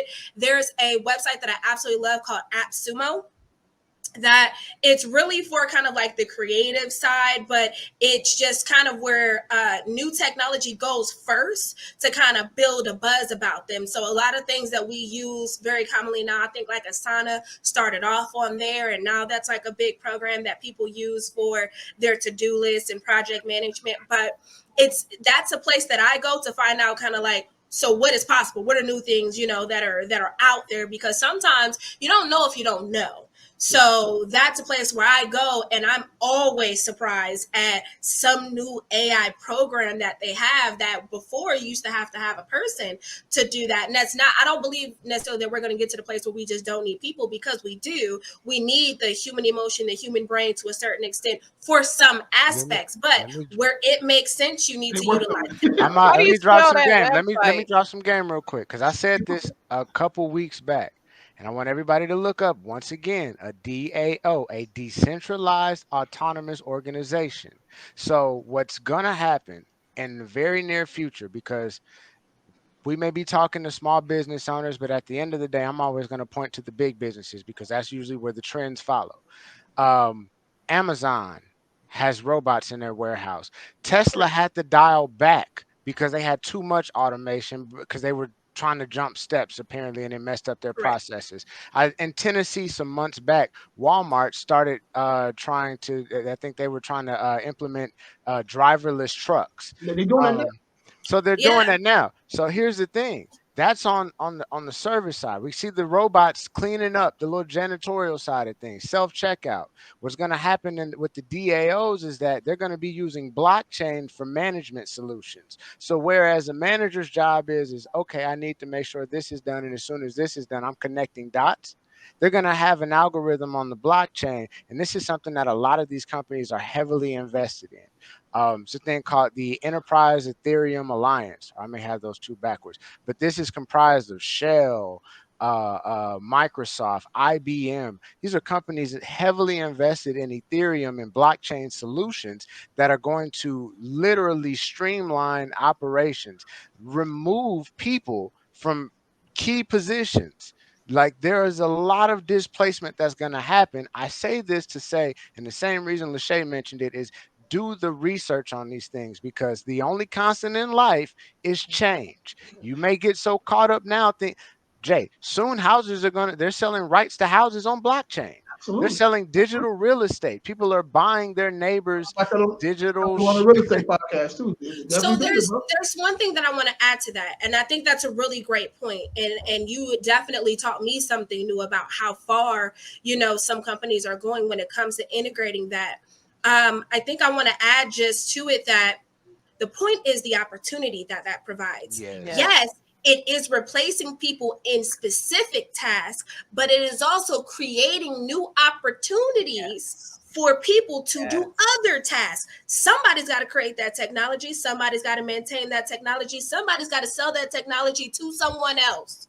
Somebody has to figure out how to use it, and somebody has to use it. Let it be used. So I think there's, for the most part, going to be some aspect of human involvement, but the way that humans are involved, that is going to shift. But it's important to be a forward thinker. Okay, if this stuff is happening with blockchains when it comes to maybe corporate, how can I in some way, shape, or form integrate that in my business? Is there a way for me to be an early adopter and utilize that technology to simplify a process within my business? And then all of a sudden you're making corporate money with a small business simply because you saw opportunity in a new technology. Even in investing, if we see that the world is going that way, why are we not investing in it now? Look, to my CDL owner operators, to all the people getting in the logistics and the trucking industry, I said that specifically a lot of, because I deal with people who are in denial. But the truth is a lot of jobs are going to get replaced. You could be the person complaining about your job or your business went down, or you could be the person who strategically put themselves in a position to where, yeah, I own about 2 or 3 trucks that are automated trucks, and I lease them out to these companies and this, that, and we handle it on that end. But You this can is but this go is the ahead. reason why that Uber snuck in there and took the yellow cab out of there. They Oh didn't think yeah. that was gonna happen. Now look, now when the last time you call a yellow cab, bro? You know what I'm saying? Do they still exist? I haven't seen. They still out there. They still around. 2013, But Uber got 2000, Like house phones. House 2013 phones in are Las out there. Vegas. yeah. 2013 in Vegas is the last time I had a yellow cab. See, Exactly, but bro. so that's the last time you had one. But realistically, though, they are still around, and that's kind of one thing that I want to highlight too. Because when you think about social media for a lot of people, like that's life. But like there was a No, day it's when not. Facebook went down. So then what, right? Then So what? you can't rely, even when you are involved in technology, don't put all your eggs into just one basket, because Diversify. people who had an email list and were involved in email marketing, they didn't have any effects at all when Facebook went down, because that technology can go down at any given time. So I think it's important to, again, make sure you're not putting all your eggs in one basket, but also there are also going to people, just like how they're early adopters, there are super late adopters. Don't you know people who still haven't figured out Facebook properly? We all see bad posts. We all have somebody who just, my dad, it's so crazy. So my granddad uses the mess out of social media. My dad, he's like that, the Facebook thing. Like, and FaceTime. he's Book young, but face. he The book just, face. the book face, yeah. He just refuses. My mom calls everything the internet, the Instaweb. That's what she calls it, the Instaweb. So, but she actually like is picking up because she like loves YouTube and she learns a lot of different things from that. But there are people who adopt at different levels. So again, it's all about seeking opportunity where there is a problem, because those are people who need to be served, and there may be a way that you can help this information come to them. Bring the marketplace to And them. on Sheila's behalf, I'll take it back to, I think we said it, but just to reiterate it, it goes back to having the open mind and having that capacity to realize this ain't working. I need to do something else, or this ain't working. There's got to be a better way. And I have to believe there's a better way. And I see there's a better way. So, how, Facebook, for example, I see these ads. How are they doing that? Right. You reverse engineer, try to figure that out, but you have to be open to it, because you can't see a Facebook ad. Oh, they got millions of dollars. I can't do a Facebook ad. That's not an open mind, and it's not going to get you that far. So I think all of that, it comes down to you. It comes down to, I mean, I think I've said this a million times, man. Kobe Bryant was my favorite basketball player outside of myself when I played. Hey, I'm sorry if you don't believe in yourself. I don't know what to tell you, but look for the but tapes. but I respect it, and it was a big motivation for me, because when you see people like, he was the dedication to putting in the work, to even if it comes down to what can I get out of a picture. When I saw this man literally say, I was watching a magazine, reading a magazine, and I was looking at how his feet were positioned in a still picture, and I'm picking up information from that. Like, that's what let me know there's literally no excuse. So it out of everything that gets said, I still want everybody to remember this is all going to boil down to you, and you looking at yourself in the mirror, you saying, all right, I'm going to do it. The best advice means literally nothing if you don't choose to apply it. Amen. All right. Drop the mic. Yes, sir. So I got one more. This is my last question here, though, and then we have Okay. a quote as well. So now we see this. I think this is gonna be kind of deep here. What does money represent? I misspelled represent. I'm about to say, What does money represent to you? oh, that's look. You getting So deep. for me, money represents just a tool, right? Money is not happiness. Money is a tool that can be used to accomplish certain tasks. And that's something that I feel like I have been growing to accomplish in my life, to obtain that mindset, because I feel like so much of society is so focused on money, and just having a 6-figure job, or having a 6-figure client, or closing a 6-figure deal.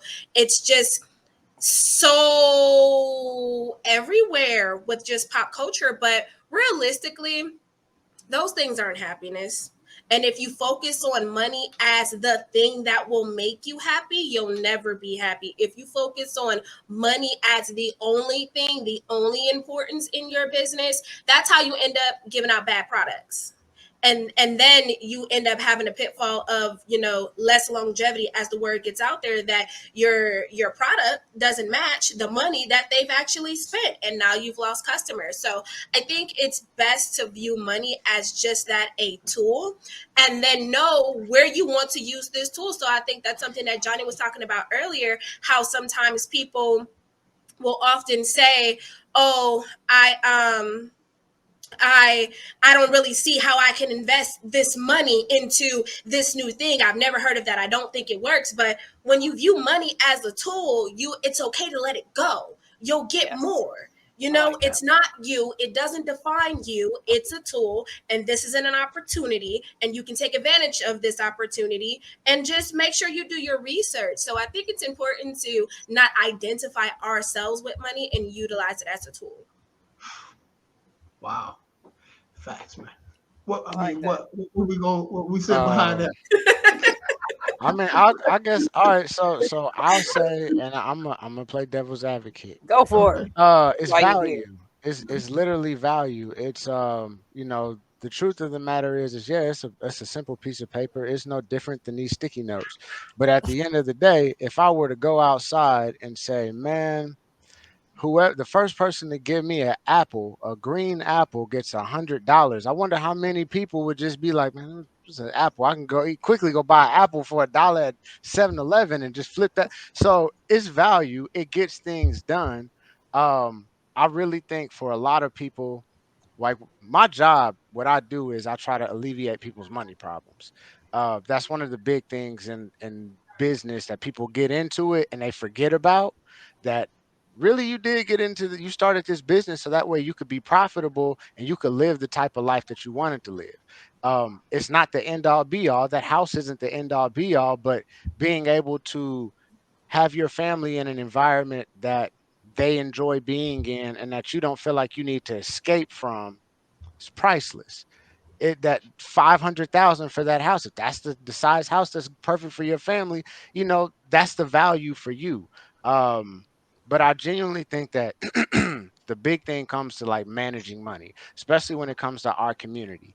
uh Managing, we none of us, I don't think, have ever had a problem making money.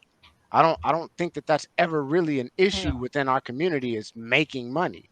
But in the sense that it's a tool, it needs to be managed.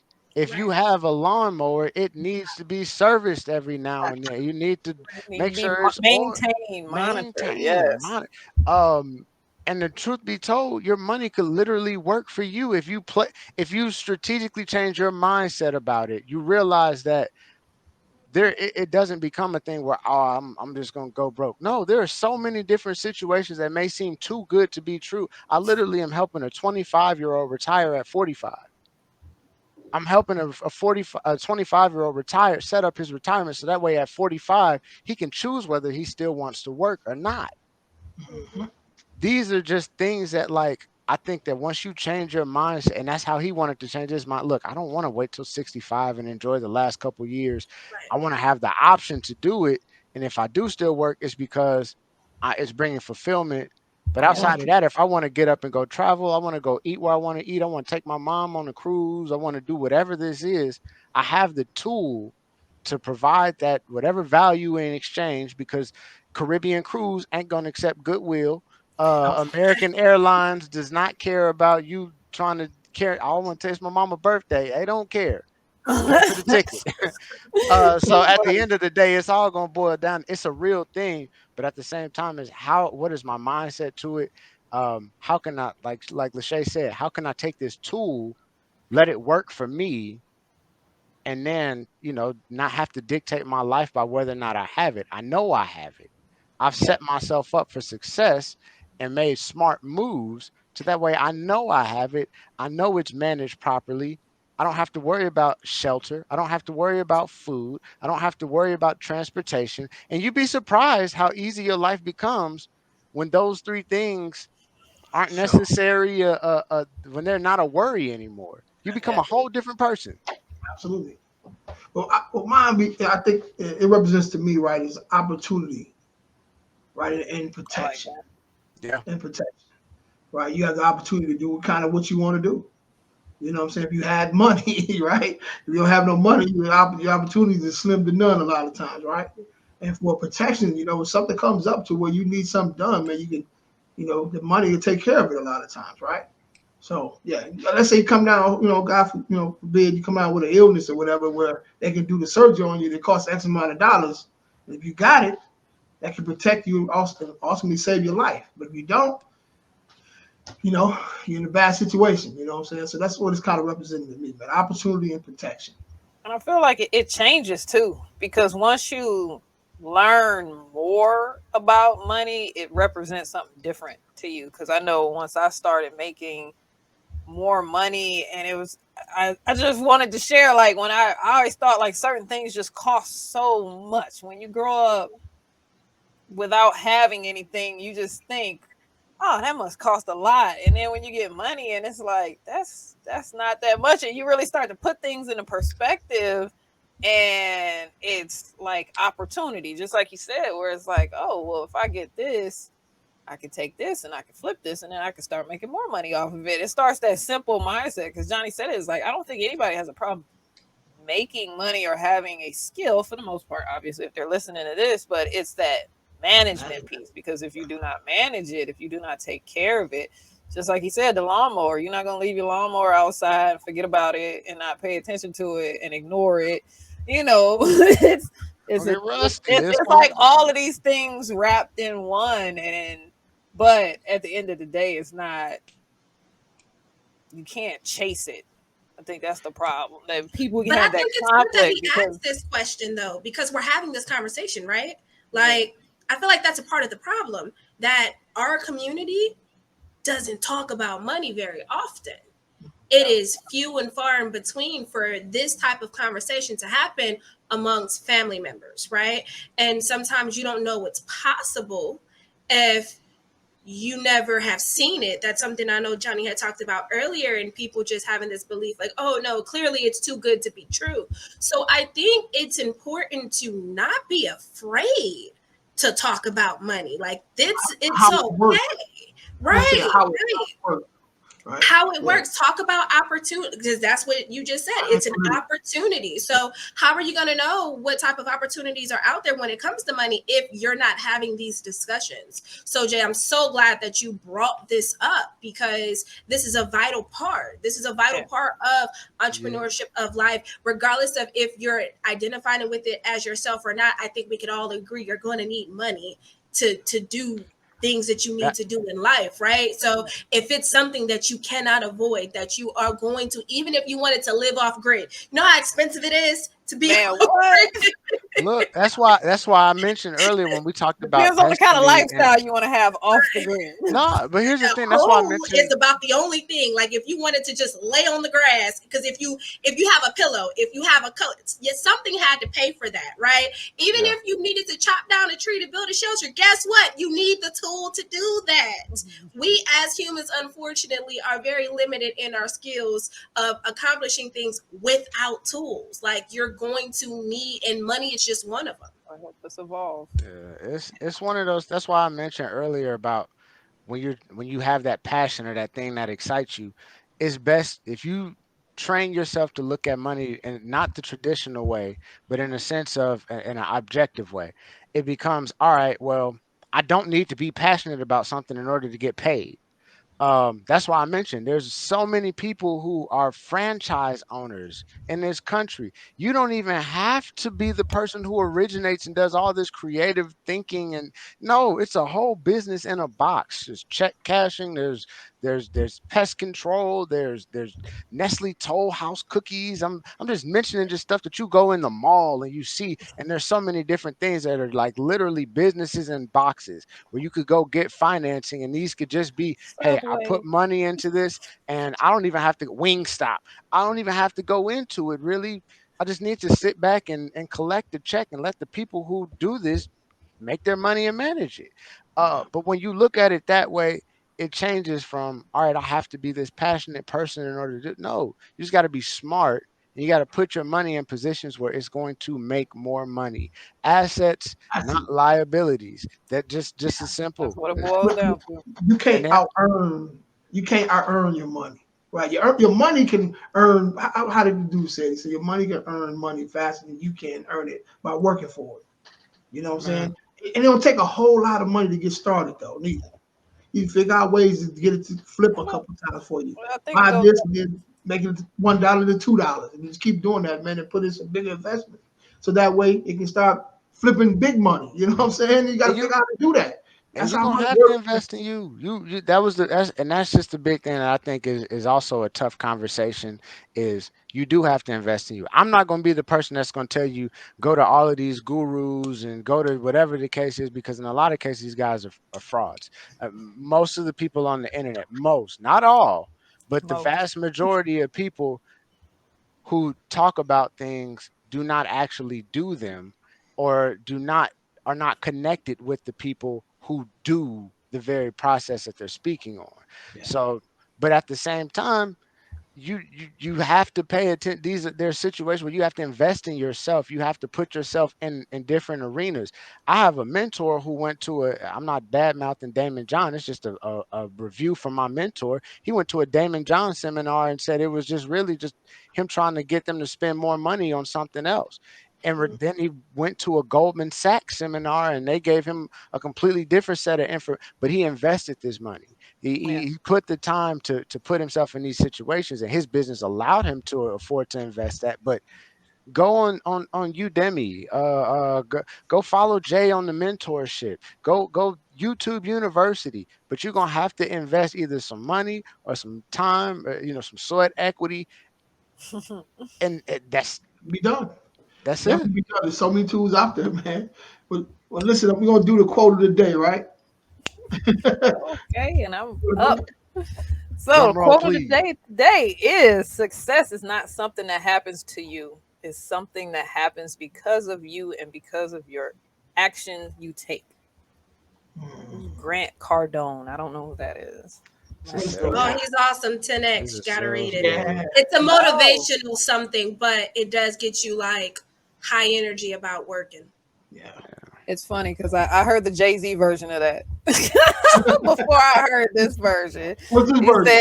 said, well, no, he was talking about life, like life. Well, yeah, that's how I took it. Sorry. Yeah. It was life doesn't happen to you, it happens for you. But listen, man, this been dope, man. Like it always is, man.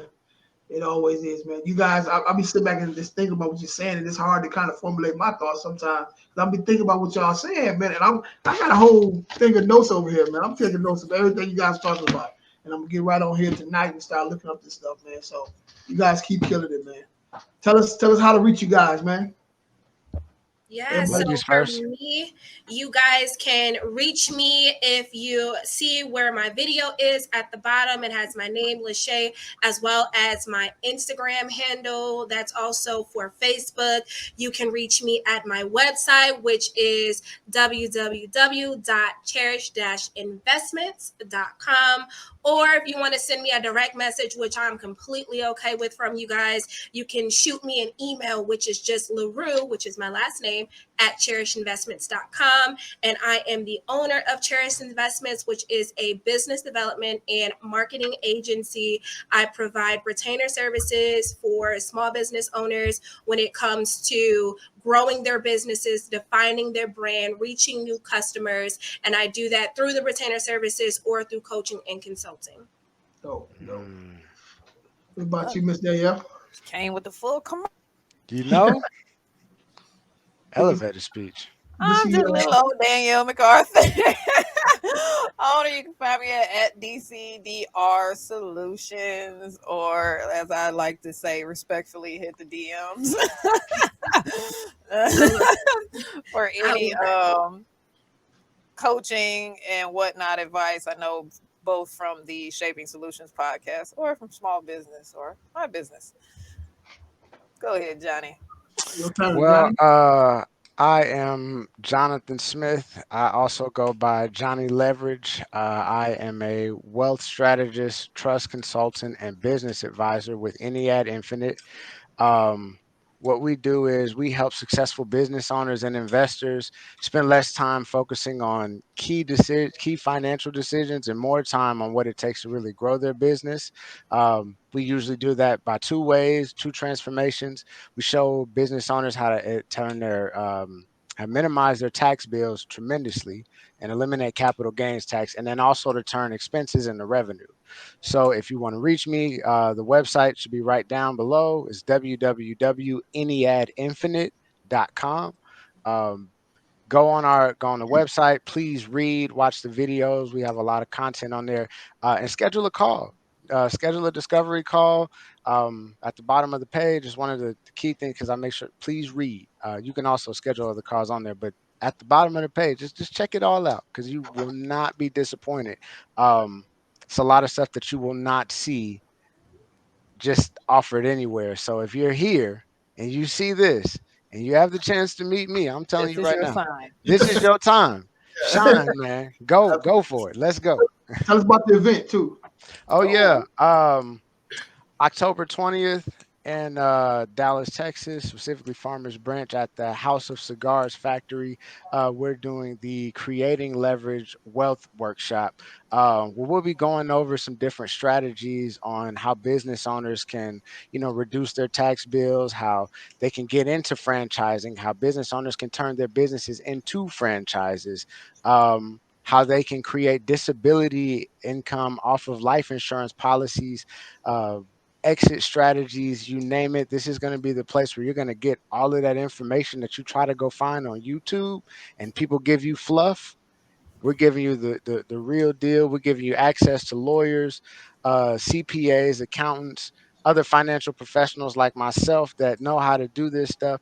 Brother Jay, I'm hoping comes so he can drop the real estate wisdom because it's our system is called Ultimate Banking, and it's literally probably the last money management system that you will ever need. And if you learn this and teach it to your kids, I can promise transcendent wealth. These are time-tested strategies Nice. that some of the people we look up to or we've read about that they've used, and it's being brought.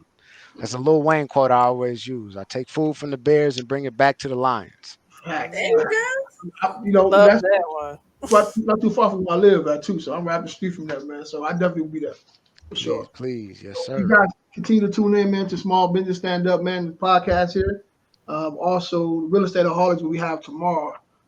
So I'm looking forward to that. We're going to actually go through the 10 steps tomorrow. So if you guys tune into that, man, we'll talk about that. Sports Predicting Podcast. We do that on Mondays. Talk about sports, man. I Also, thought solutions. I thought we was going over the LLCs.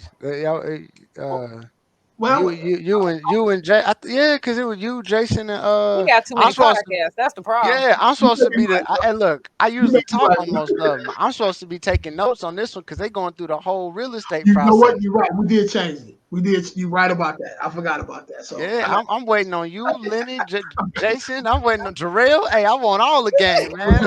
So if y'all want to come on, definitely come on, man. You definitely can come on there for sure. So yeah, so that's kind of what we're doing over here, man. Definitely, if you guys want to learn a little bit more about real estate, man, go to the Patreon. I send you a link. Hit me a DM respectfully, right?